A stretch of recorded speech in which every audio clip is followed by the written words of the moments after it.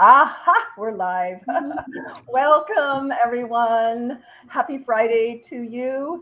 Can't believe it's December. I'm in short sleeves. It's, 80 degrees or something here in Houston. I hope you're having cooler weather wherever you are. We're keeping the AC down so we can kind of feel and have put on a sweater and feel like it's winter. And I know it's not official till next week, but hey, okay, if you're scrolling, stop because my guest, who I'm going to officially introduce in 1 second here, a beautiful, smart entrepreneur, Eleanor Curry, attorney at law, is going to share 3 things you don't want to do in a real estate contract, whether you're buying, selling, flipping, commercial, residential, etc.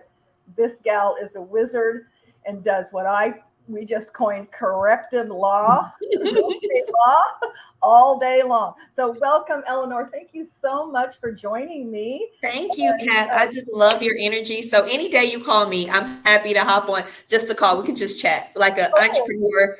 Oh, I love that. Yeah, let's go have coffee or whatever. I don't drink, but a mocktail. And that's what attracted me to you, Eleanor. We chatted earlier. This is our 60th episode, by the way. Eleanor marks our 60th episode. Yay. It was your energy, seeing you out there on Facebook and then seeing you, you're not afraid of the camera. I really thought people would be clamoring to join me on this platform. And unfortunately, many people are just not comfortable in front of the camera. And maybe that's a whole course we could teach. Teaching it, right? But it's just, getting over your fears and doing it. Put yourself out there. No one's judging you. And if they are, who cares? Mm-hmm. So anyway, thank you so much, Eleanor. Share with our folks today 3 things that they should avoid when buying or selling real estate. I think we all need to know that. Yeah. And I think it applies for any real estate contract, right? I have a variety of clients that I service, and sometimes, rarely, it's a real estate contract. Trek does a great job with promulgated forms, but sometimes it's just a contract that they received. They thought everything was on the up and up, and they signed it, and then they had to deal with the consequences later. Like maybe a partnership, or maybe I guess there's a plethora from business or, solopreneur, entrepreneur, probably not so much individuals. I guess they wouldn't be signing contracts. Sometimes it is. I mean, and that may be the question. So I would say my first thing of what not to do is assume that the contract is what you discussed. We assume that you barter, you negotiate, and then you receive a contract and you think it will be everything that you talked about, plus some, and it will protect you, it will protect them, everyone will be happy. Oh my gosh. So read your contract, and if your brain wrinkles like mine would, and I used to actually read legal contracts when I was in telecom world, but I just don't have the patience for that anymore. Get assistance. And I'm going to give you a short story where this could have bit me in the butt. Now, in real estate today, they don't put it in contracts anymore. Prepayment penalty when you're purchasing a home. Mm-hmm. Okay. So, when you're looking to pay off a home earlier, or do principal only and things like that, if you have that in there, or you just pay off a loan, you could be penalized. So I purchased a home back in Southern California many moons ago, before I had my real estate license as well. And I didn't read anything, but I knew that one thing. I wanted to make sure there was no prepayment penalty in the contract. So, then, you actually met, we did everything remote, but then we actually met at an office, and I said, show me the place where it says there's no oopsie. Oopsie doopsie. Sorry, redo the papers. We'll be back. Yeah. But that I just happened to know was on top of mind for me for that. But gosh, how many things could you miss that down the road could really bite you in the butt if you did not read it? So. And that's what I'm saying. You just have to make sure it coordinates. And maybe it's just 5 things that are important to you. And like you did, go back and specifically see where those 5 things that are important that you discussed, where are they in the contract? So don't make the assumption that we agreed to it, it's in the email, it's here, Because when I get the call and when you're thinking about suing someone or when you're in a dispute with someone, I'm going to ask you, what does your contract say? So lots of because that's binding. Yeah. Right? And lots of those preliminary conversations, people assume it's there. We talked about it. Maybe it's a mistake, but you've signed it. And the law says if you have an opportunity to review it, then that is a mistake that is binding. But maybe sometimes have ill intentions and they've intentionally left things off that aren't in their best benefit. So that's not always the case. But in contracts, why give that some grace, right? Make sure. Don't assume that things that you agreed to or things that you want are actually in your contract. Go double check. And you gave a great example of where you can just say, even if you're not the most sophisticated, analyst of a legal contract, you can say, just show me where that says that. Yes. And then, because when you buy, if the papers were this thick, I'm not going to sit there. They know you're not going to sit there and read everything. So that's a great suggestion. Prepare a little bit ahead of time. Think about it's usually the money, the interest, the special stipulations, those things, what those things are that you had a conversation about and that you're assuming are going to be in the contract, any special provisions, et cetera. Just jot those down and have your processor show you those 4 or 5 things. Should be good to go. I love that. Easy fix. You don't have to be an attorney and read everything. And if you don't have time to do that, of course you can call Eleanor and she can zip through that very quickly for you. Uncover some other things. Well, and you could think about it when you were a kid. You remember those matching things where you had to draw a line and it would be like a word and a definition. So just do the match. Whatever it is, make sure you're matching what's important to you on your contract or in the negotiation, because the contract is verbal at first, right? You discuss things and then you formalize it in a written contract. But if you go to sue someone, that written contract is what you guys both will be measured against. No way of getting out of that. Yeah. If it's written. Oh, it's ways, but they're expensive ways. So don't let it be an expensive way. You can find, I'm sure that's your job when it gets sticky, is to finding loopholes, for ill intention or, I don't know, in this is probably off topic, but isn't Texas, because I'm originally from SoCal, been here for 20 years, but isn't Texas verbal agreements are binding? Verbal agreements are binding in every state, but if you have a verbal agreement and then you follow back with a written agreement and the written agreement has certain terms, you can cancel out some of the terms in that verbal agreement with the later signed written agreement. So be careful what's written. Awesome. So let's move on to number 2. What's a second thing that you run across that you think is really important that folks need to be aware of? I think that folks often are great at the 5 W's of contracts, right? The who, what, where, why. They are great at that. But people don't think about the what ifs. Right. And that's what a contract is really there to protect you against. So don't skip the what ifs. And the what ifs are when things don't go right. We don't have to have rose-colored glasses on when it comes to contracts, right? You want things to go right. Sometimes you're in contracts with family members or people you like or people you've worked with before. But you have to ask those what ifs. And that's where a contract can be powerful for you. So what if COVID pops back up, right? That would, or what if some big interruption in Texas, a hurricane, a snowstorm, you can name 20 things that might happen any given day. And wow, that's interesting that you bring that up, because wow, you could have 50 pages of what ifs, Eleanor. I mean, I know as a business owner, we've tweaked our agreements, as things pop up and you go, oh, okay, better add that. Oh, what if somebody steals something? Oh, what if it floods? Oh, what if, the house isn't ready when I get there? A lot of what ifs, and you're just like, wow. And I'm sure there's more that I don't even have in there. And you don't have to let it be a run and rain train, but certainly experience will teach you some things that you need to have as a what if. You run into the problem, you run into a business interruption, go back and, refine your contract to say, how would I want to deal with that? But there's certainly things that, are very unlikely to happen, but lots of things that are more unlikely to happen. In contracts that involve money or delivery of a service, what if that doesn't happen? If at the very least, what if our best intentions fail? For whatever reason, it doesn't have to be malice, like somebody intentionally trying to do something. But what if they don't deliver as promised? Do you Right. get your money back? Do you get to Right. sue them for the whole cost of the project? If nothing else, they need to answer that. What if the product or service or the agreement we're making doesn't happen? Right. And I see far too many contracts that That, don't even answer that first what if. that have anything. And that's, you know, as a as a small business owner, you know, of course I have the leverage and the flexibility if I want to be lenient, you know, on those what ifs, which I have, you know, with clients say, okay, well, typically there would be a whatever, you know, rush fee or cancellation fee or not ready fee or whatever of this. I'm going to either waive that or do partial or whatever, you know, you have, but at least it's in there and they know, you know, up front, you know, like we have a weather permitting, we will deliver and install on this date, weather permitting.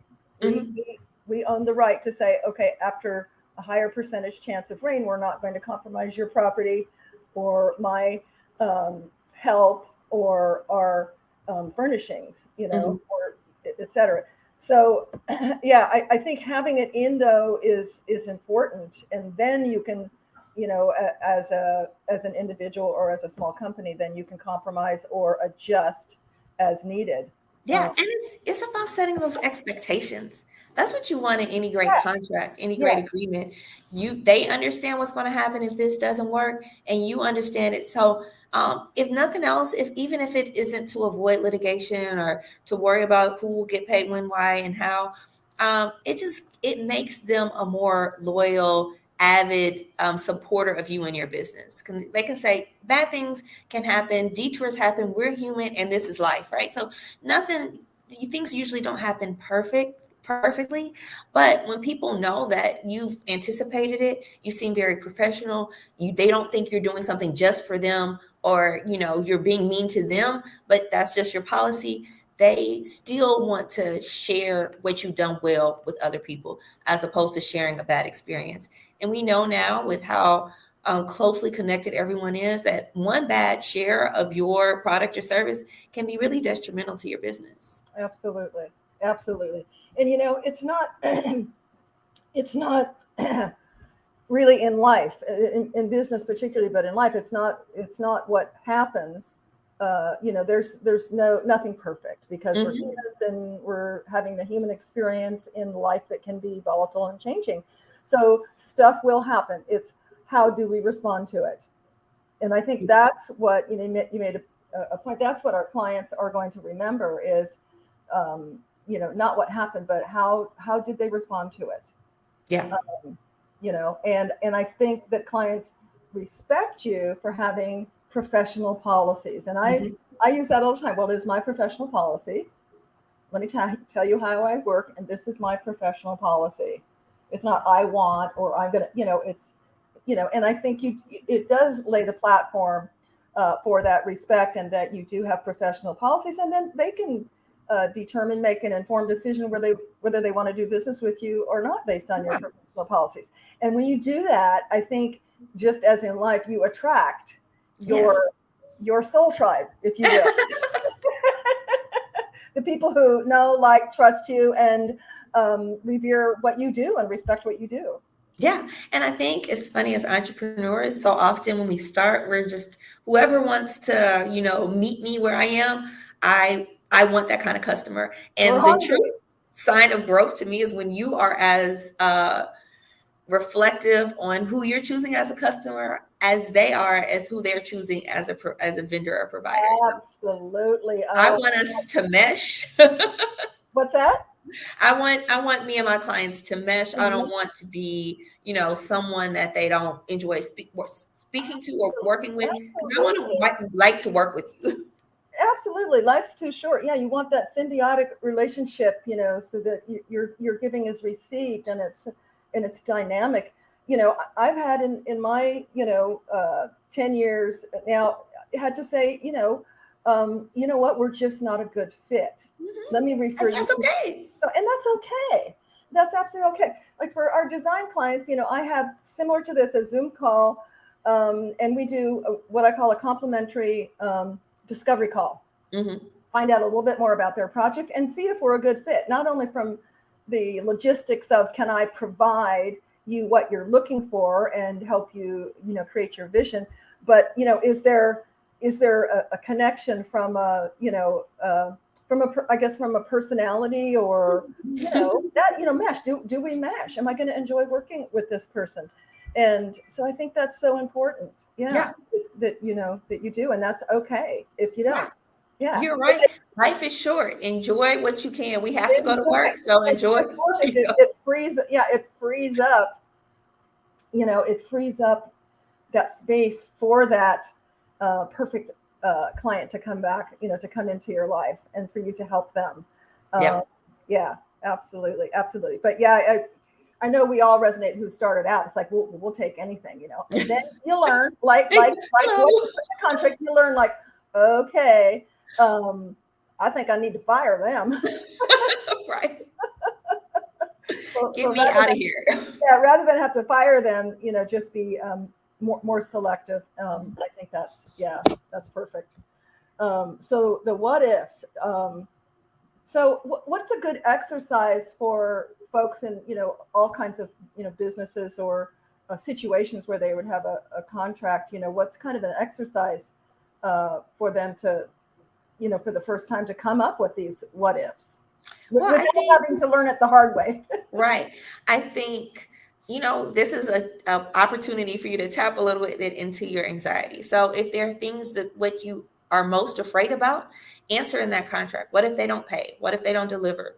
And then, what if I have to sue them? Or if it's an employee, what if I have to terminate them and I have to hire a new employee? So just tap into what would be the worst things that can happen. And even if it's just a list of 3 things, answer that what if in your contract. I like that. Tap into your anxiety, the what ifs, like, and just go down there. And like you said, it doesn't have to be a whole laundry list, but what are the top 3 or top 5 or whatever, and include those.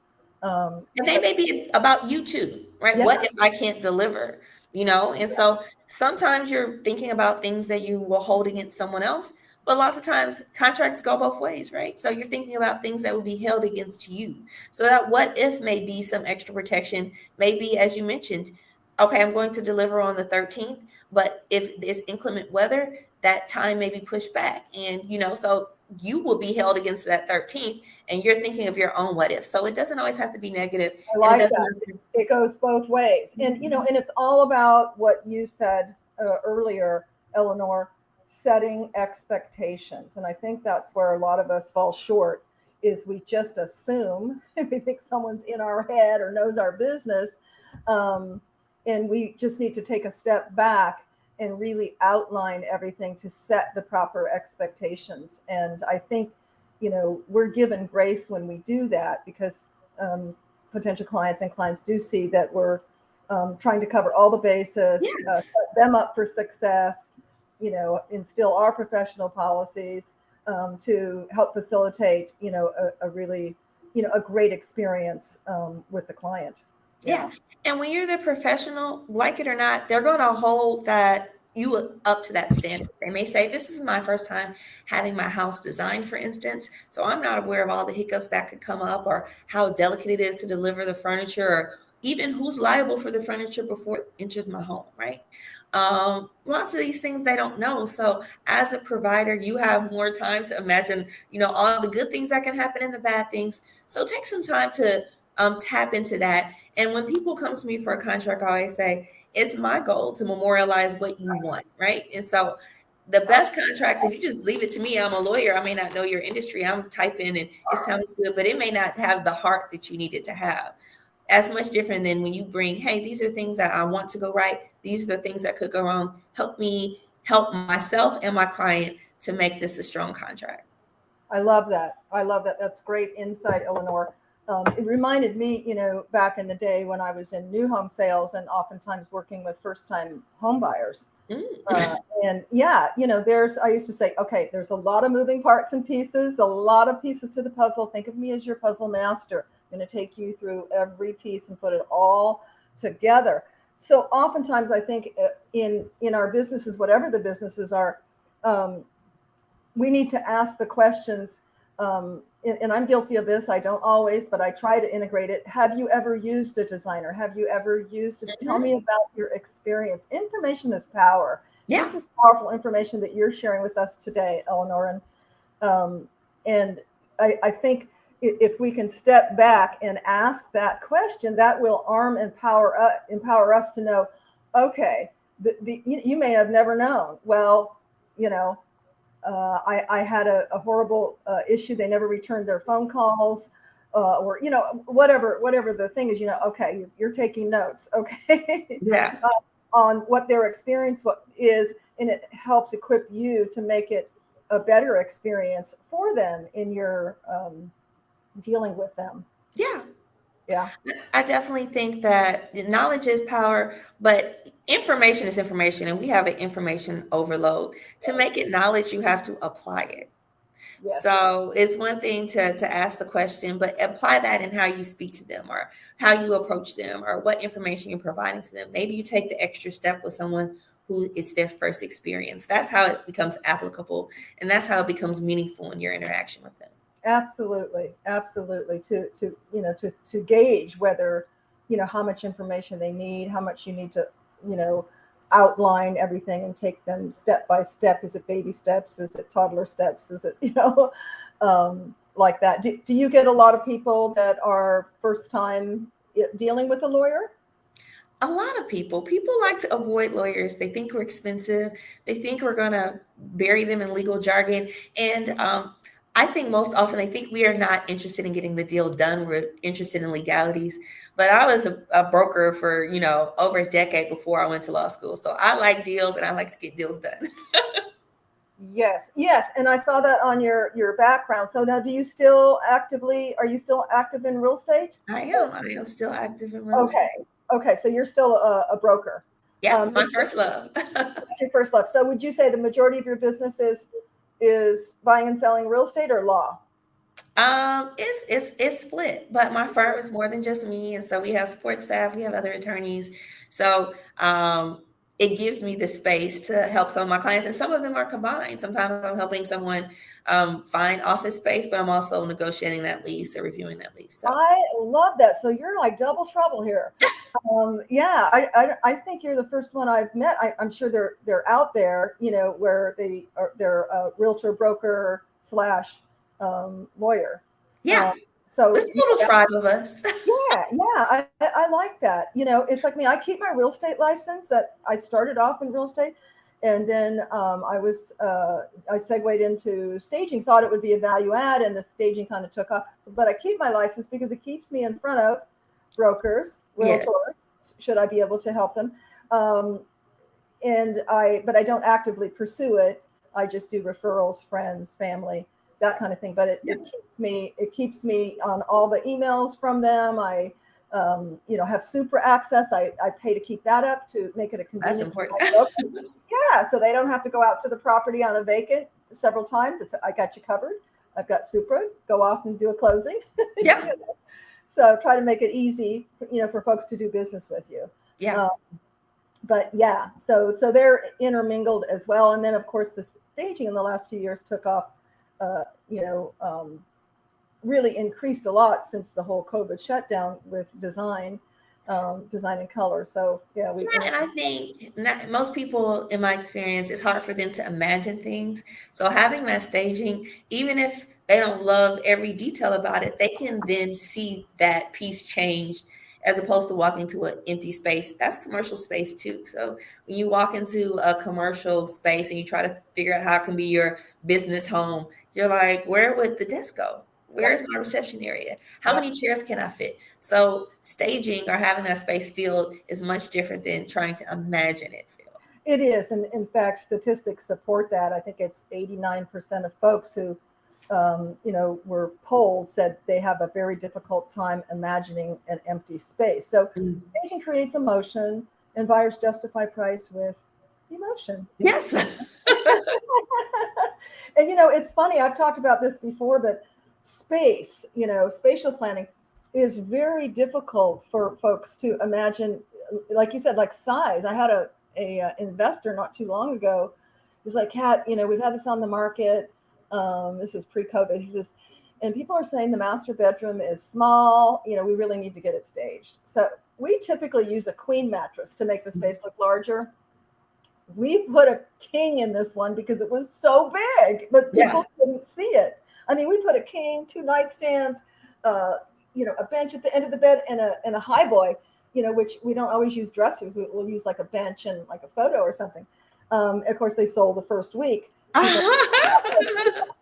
You know, but you know, just a prime example of how it's distorted in our minds. Mm-hmm. We really can't visually space design when something's empty.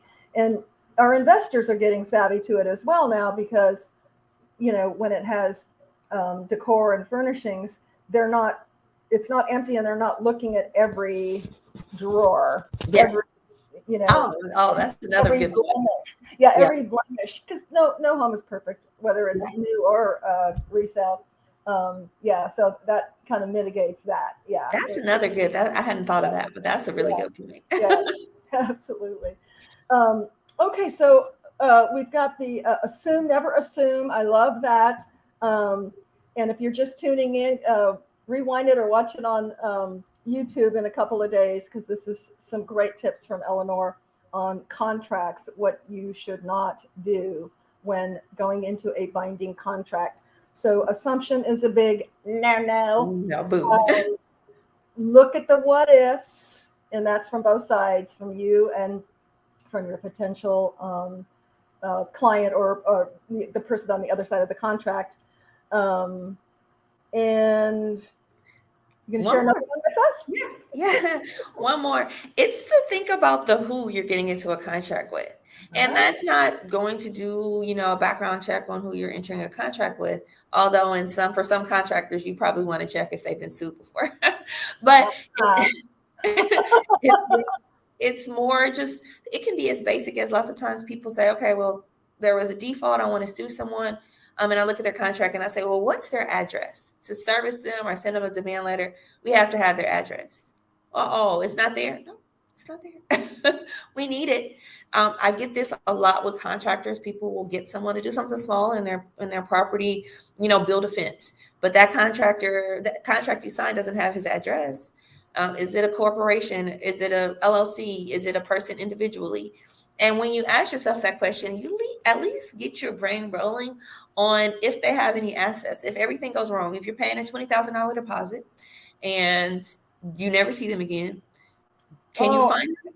Eleanor, I have heard too many stories. Lots of stories from my clients and colleagues about contractors. I mean, one of them is, you know, it's a realtor that did like 30 million last year, and she's in the investing, and just where they took the money and ran, didn't finish the work and took the money and ran.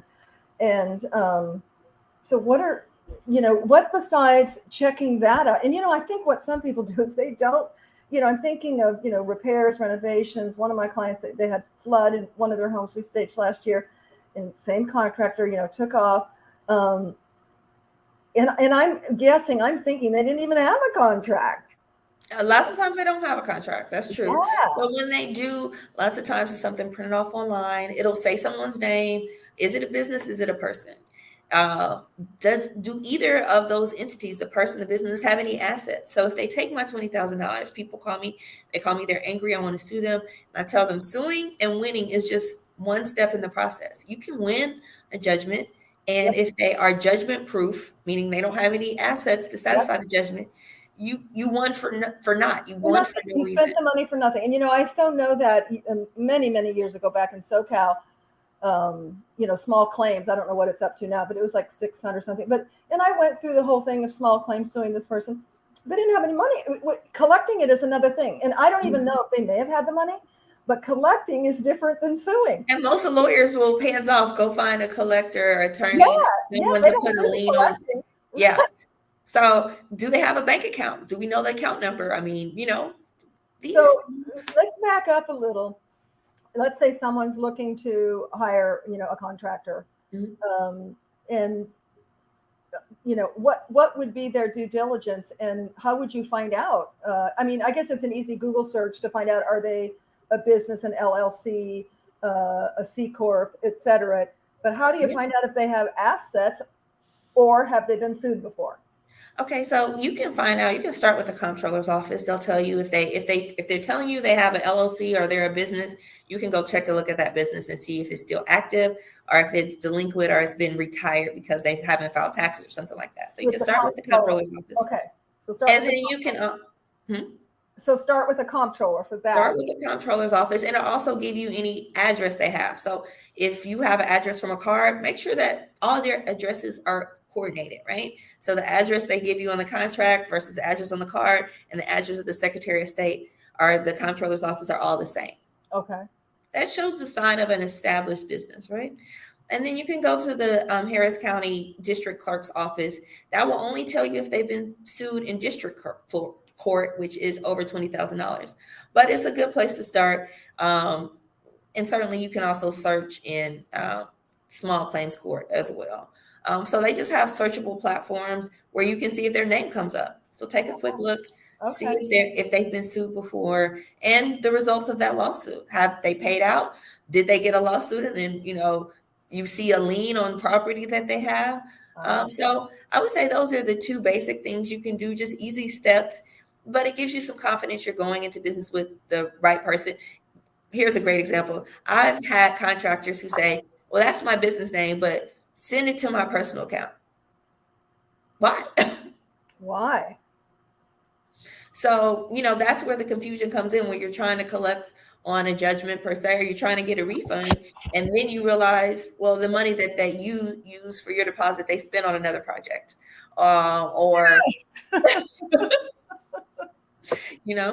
Yes. I've heard more stories. At one point I told myself, well, let's get into, buying some properties and flipping. It's like, no.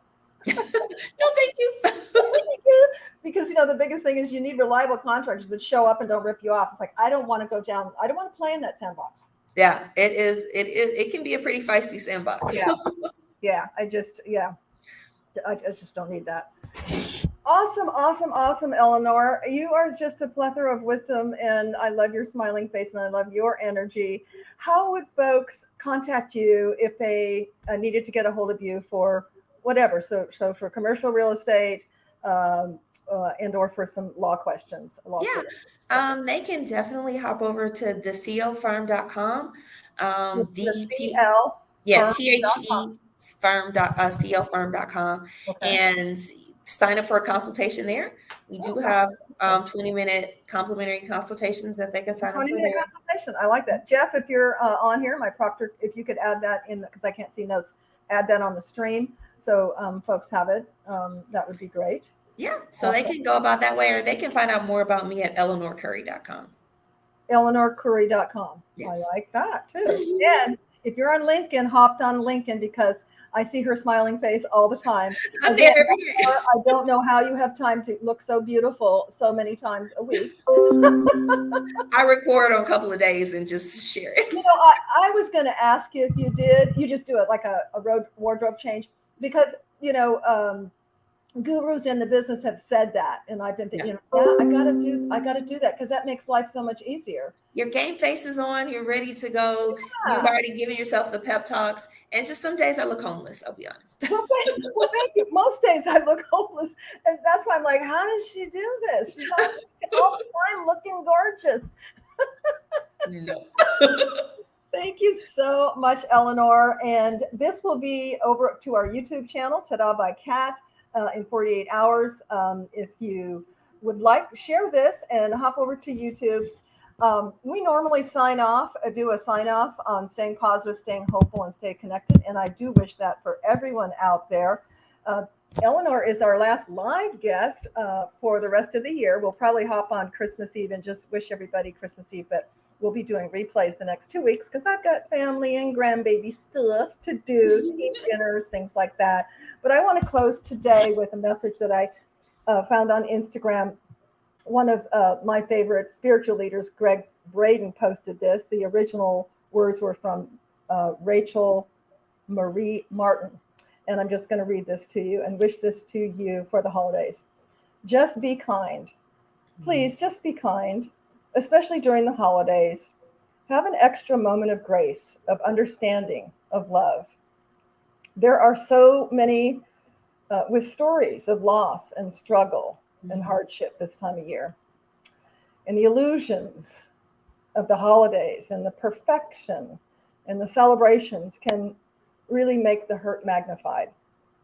So just love, smile more than you think, just smile, step up, hold the door, show up with a meal, and just choose kindness above irritation. Yeah, that one hit that one hit me. Choose kindness. And you know what? It's not just about being kind to others. Choose kindness to yourself. Oh gosh, that's how you're kind. That's how you're really kind to others. Being kind to yourself. Be kind to yourself. A simple act of kind can ripple farther than one ever expects. Love first. And that's what I wish for you all. Be kind to yourself. Be kind to others. Have a joyous, sparkly holiday. Thank you again, Eleanor. Thank you. And you have a wonderful holiday, sweetheart. You too. Have a great weekend. I'm going to end broadcast and we can stay on.